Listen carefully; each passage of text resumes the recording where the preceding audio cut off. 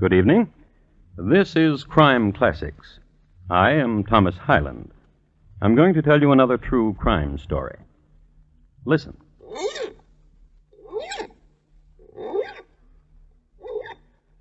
The sound you hear is that of a man having his right-hand hook filed. It's Saturday night in London town, and he wants to be gleaming and presentable. The year is 1739, when a well-sharpened hook in London town was considered prudent. And Captain Rat, that's R-A-T-T, besides being a drunkard, a scoundrel, and a smuggler, was a prudent man. The young man handling the file is named Charles Drew, Jr., and he is performing this intimate little ironmongery because he needs a favor done. Captain Rat can help him out. He can supply the youngster with an alibi, and Junior badly needs one, for he has just shot his father dead. And tonight, my report to you on the shrapnelled body of Charles Drew, Sr.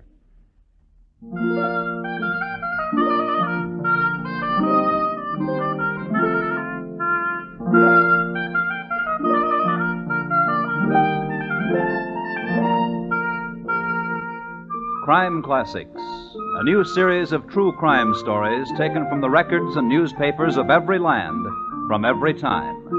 Your host each week, Mr. Thomas Hyland, connoisseur of crime, student of violence, and teller of murders. Now, once again, Mr. Thomas Hyland.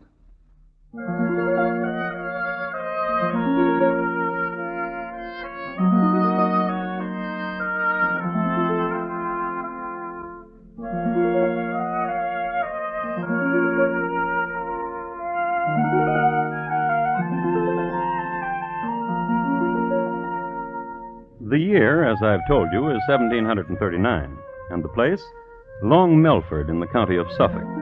Long Melford was a small, quiet town near London, and in it, a manor, and in the manor a high-vaulted room of roaring fire, great shadows, and flying buttresses. Directly beneath the buttress that flew toward the west, two men, father, son, Charles Drew, Sr., Jr. Son? Yes, Father? The time has come for you and I to have a talk. I'm grateful. There are things vexing me. Perhaps what I have to tell you will answer your vexation. I'm very fortunate. I've tried to be a good father. A most excellent father. There's no one richer than you in Long Melford. Which is what I want to talk with you about. I know. I've drawn my latest will. This. What a gentle and most excellent father I have. Have you ear to what they say of you in the square? No, what do they say? That you are gentle and most excellent. What of the will?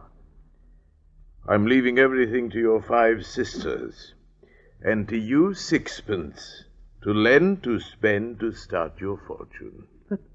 But the last will, the one before this, you left me everything, and only a kind word to my 5 sisters. That was when you were 11. Now you are 19. And a good son. To whom good? To you good. Nay, to the cutthroats and smugglers with whom you cousin. It is not so. This is so, I know it. You consort with people of ill fame, and also with Mr. Richardson's housekeeper. Shall I explain this of Mr. Richardson's housekeeper to you? 'Twould be well. She is a most excellent housekeeper, and I wish to employ her for our own household. And this you have been trying to do for the last year. Well, she demands high payment. Our family can afford high payment. But I personally cannot, Father. Not until I inherit your fortune. And which with this new will never be. Father. I don't scare, son. Wave that gun or...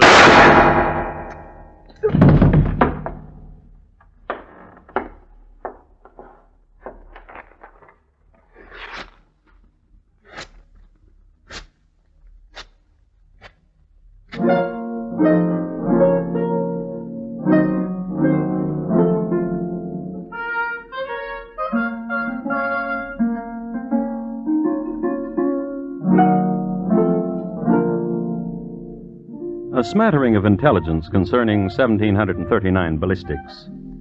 Ammunition was chiefly of 2 types, round or irregular.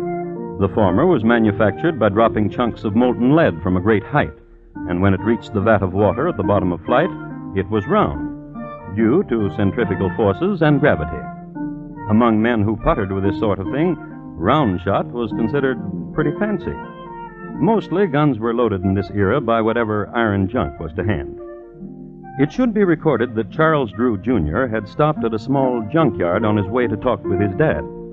This is the reason the coroner found numerous pieces of irregular junk iron in Dad's corpse. Let's see what Dad's son is up to now.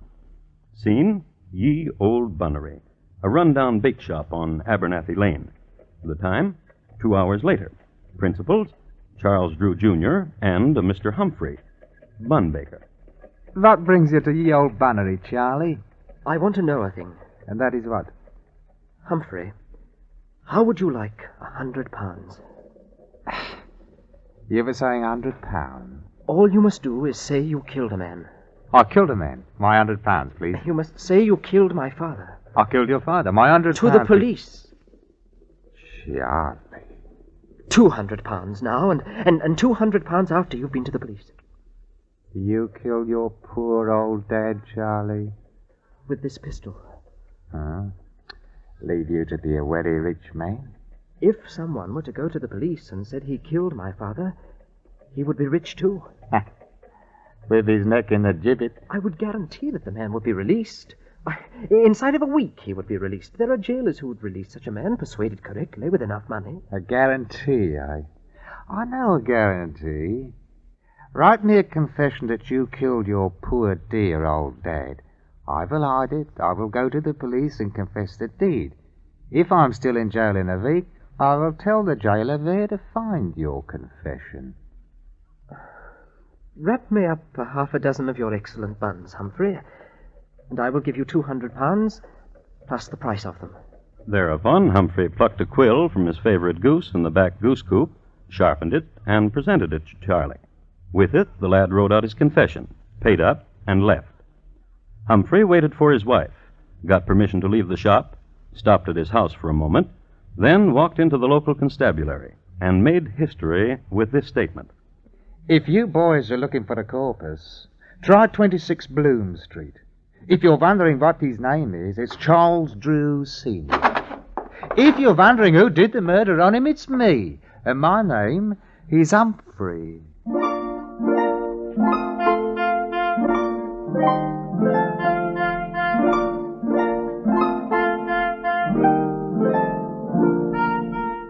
The police, upon arriving at the appropriate room at 26 Bloom Street, understood immediately that foul play had been done. One of the constables was assigned to look in on the household of Mr. Humphrey, and there saw the Humphrey children at play at Thistle-de-doo, a game usually played with marbles, but by the Humphrey children played with pieces of iron junk, which latter were of a size that could easily be rammed down the muzzle of a gun. The gun was there, too, under a pillow on Mr. Humphrey's side of the bed. Mrs. Humphrey, who in the meanwhile had returned home, shook her head philosophically when apprised of the situation. It is recorded that Mrs. Humphrey's parents had both been put away as confirmed smugglers, a felony against the Crown. The next day, in jail... Nice of you to visit me, Charlie. Yes. What news do you bring? When am I to be released? I went to see Sir Roger Firebrace. How is Sir Roger? Dead. 'Tis a pity, too, for he would have gotten your release in an ounce for a few £100. Don't forget, laddie, I've got your confession. You've got till Sunday.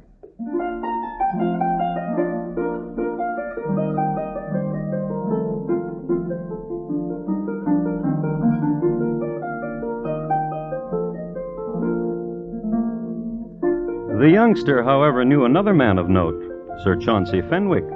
Sir Chauncey was compassionate and understood the situation exactly, but unfortunately had just had one of his periodic fallings out with the magistrate's wife. But Sir Chauncey did not send the lad away empty-handed. He suggested an old sea dog named Captain Rat, with 2 T's. What's the file, Mr. Drew? You'll be missing me hook and be scraping my wrist. I'm very sorry, Captain Rat. Nervous, bean't you? But I travelled here to London to talk to you. You see, Sir Fenwick sent you to me. Sir Fenwick took £500 and said he could do nothing with it. You're my last resort, Captain Rat. A wee bit, dear, Mr. Drew. Aye. Now, what can old Captain Rat do for you? Do you have any influential friends? What be you needing? An alibi. For yourself? For a friend. Aye. 'Tis always for a friend. What about him? He confesses he killed my father. And he be your friend? By killing my father, he made me rich. I bear him no malice. And for him you want an alibi. Why? Why not let him rot? Why, sonny? You see... You kill your daddy, sonny? Keep the hook, Captain. You almost stuck me. Pardon, young gentleman.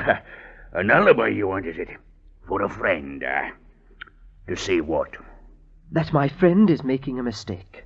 That he is having hallucinations. That he did not kill my father because he was with you the night my father died. And where, Mr. Drew, will that leave you? Well, since one has confessed to the crime, it is doubtful whether I would be charged with it. Sly one. Bean't you a sly one, young gentleman? Bean't you? Oh. I'll travel down to the jail with you and have a talk with your friend. How's that, Very good. I'll need £500 for expenses. Oh, yes. Now. Yes.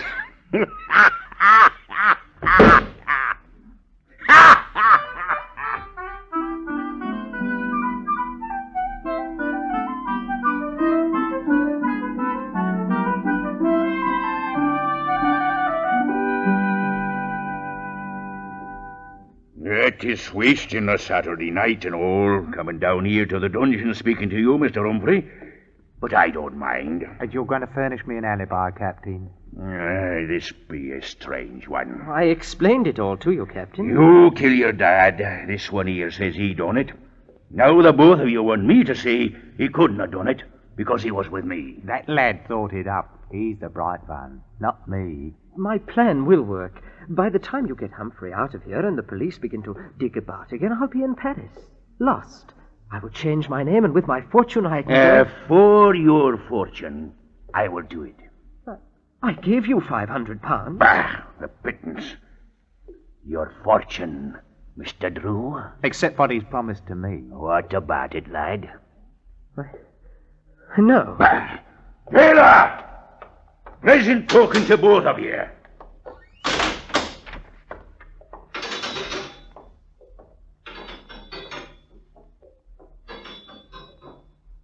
It's Saturday night, Charlie. What will you do? It's Saturday night, Charlie. I've got your confession hidden away. And tomorrow's Sunday. What will you do?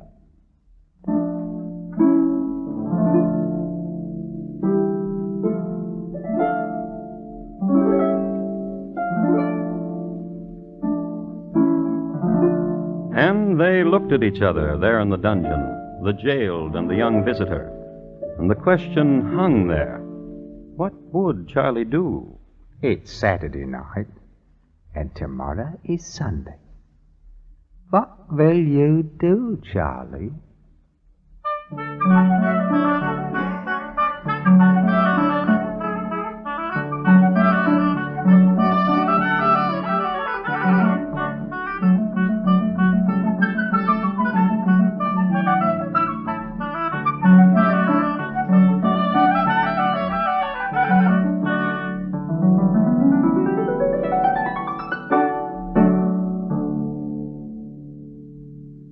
You are listening to Crime Classics and your host, Thomas Hyland.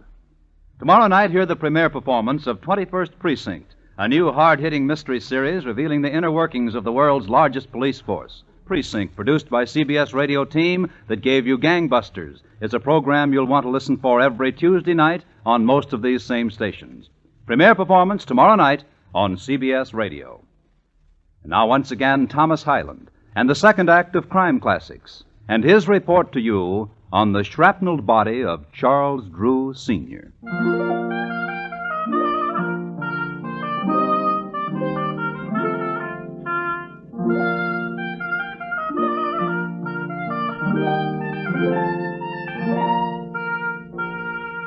It's a short, dusty road from Long Melford to London. Not only that, but these days it's hard to find. In its day, however, it was remarkable for two things.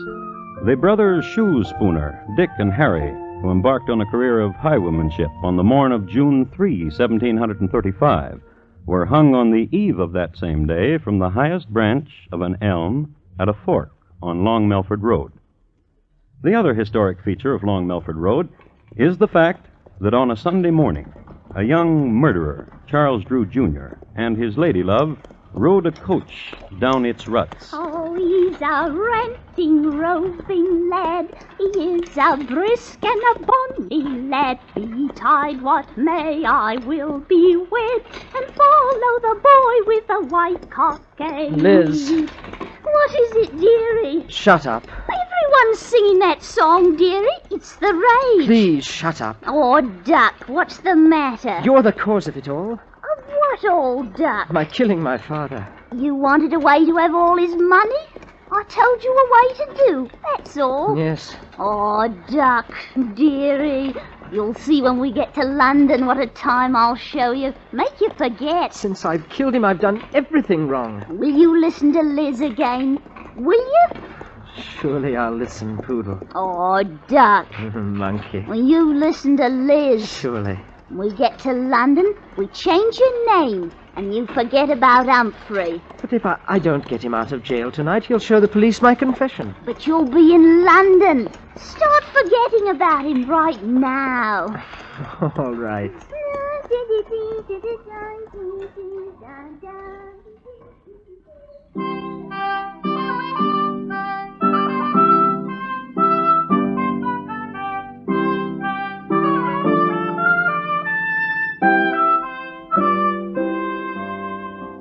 And so they fled to London town, little knowing that they had made a road famous. In London, they located a little-known hideaway called Bonhomme Carter's Thorny Bull Inn, on the corner of Asquith and Chiswick. The lad registered under an alias, Thomas Roberts. Liz, however, registered in her own name, Elizabeth Bathal. As this was going on, back in Long Melford Jail, where Mr. Humphrey was, there transpired this. In 1 hour, Vifey, I'm getting out of here. You be a fool. How? A fool? When'd you ever have so much money? What bun are you baking, Wifey? This bun. The lad's given you money, all that money, and he's good for more. Aye. All we want. He's a rich one, that's true. We can get more money before you show his confession. How? You said he fled. His Liz told me they were off to London town. You could write him a letter and say as long as he paid you £20 a day, you'd be willing to stay where you are. £20 a day? That's a robbery.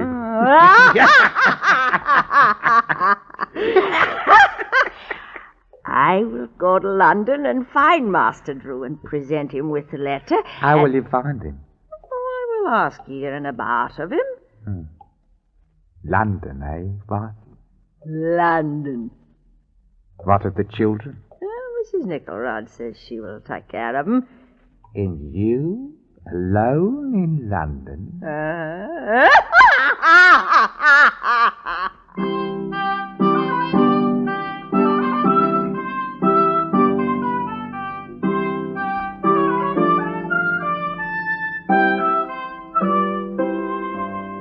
So Mrs. Humphrey went to London.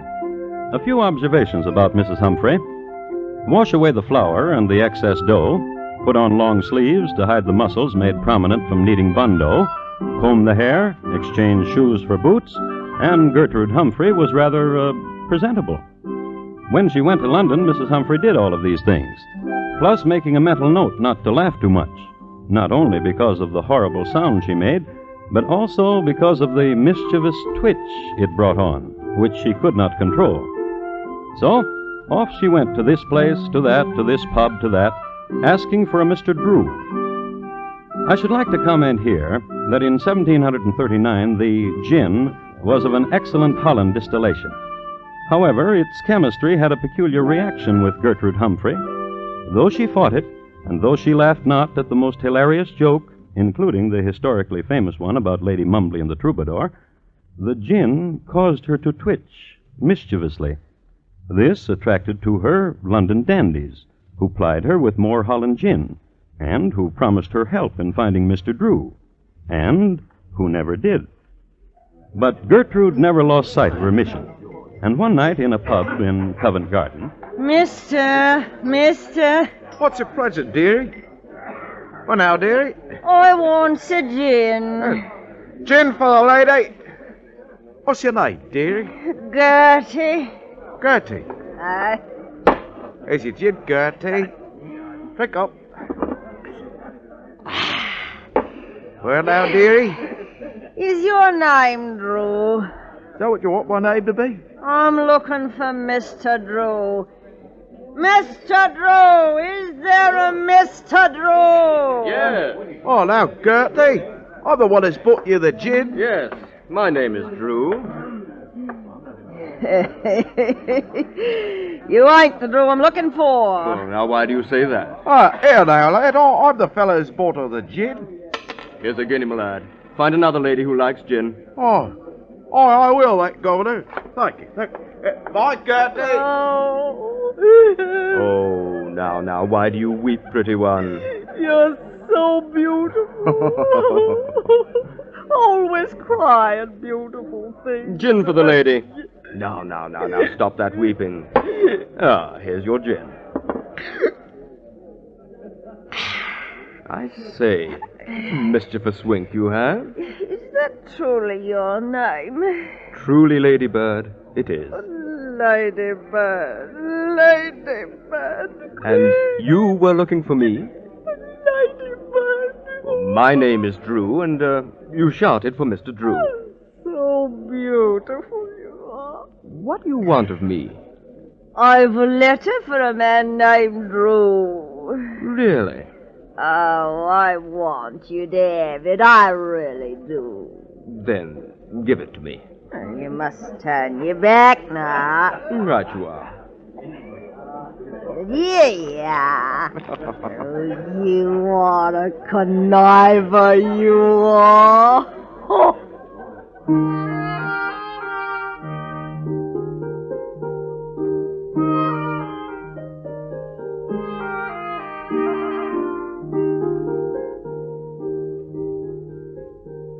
His name really was Drew, Timothy Drew. It's one of those coincidences in history which gave rise to the old saw, truth is stranger than fiction, as they say. And he was a curious man, and a proud man, jealous of his name, Drew. He had heard his name mentioned, and he was forced to find out why. He read the letter then and there. He read it again, a little later, out loud, to the police. And my missus told you have gone to London with Liz Bathall. But, Charlie, my lad, you shall pay me £20 a day, else I will tell that you have murdered your poor daddy. I have your paper, which you confessed you did, right where nobody but me knows where. So when my wife hands you this letter, you better give her money and find a way to keep it, giving it to her, your faithful servant, Mr. Walter Humphrey. Gentlemen, here in London is a man named Charles Drew. He has murdered his father, and he bears the same surname as I. I cannot permit this deed to go unpunished.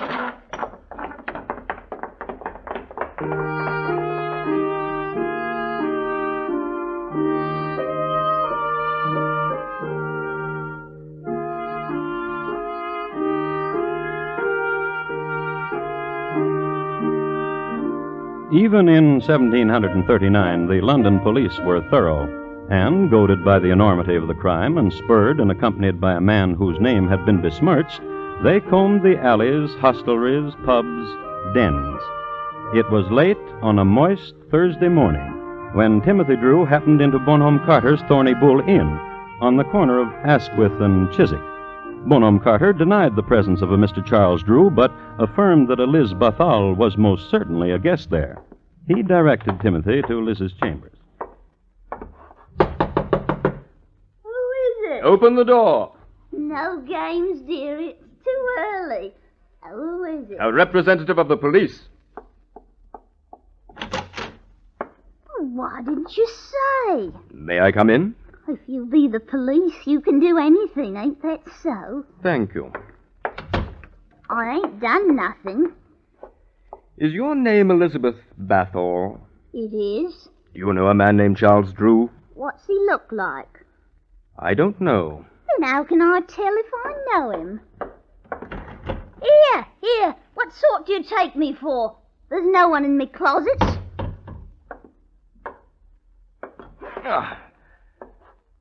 What is this young man doing under your bed, madam? A man? What's he... Quiet, woman. Is your name Charles Drew? I'm talking to you under the bed there. Is your name Charles Yes, Drew? sir. Come out from under there, sir.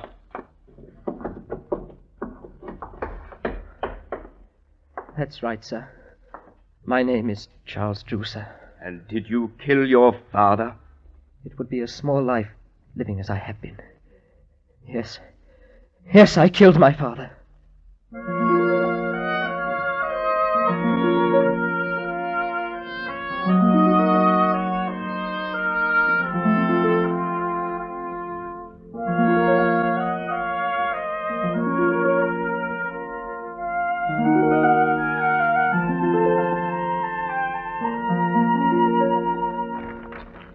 I have the original issue of a Gazette dated January 22nd, 1740, from which I'd like to read. The melancholy proof that when a man has abandoned all religious principles and has suffered his depraved appetites and passions to govern his reason was shown yesterday when Charles Drew, Jr. was hanged in Long Melford. Since the hanging elm on Long Melford Road had recently been demolished to make a keel for the British Navy, a new gibbet was erected. This gibbet was equipped with a new mechanical device invented by Mr. Douglas Langford of Eastbourne. Mr. Langford is to be congratulated.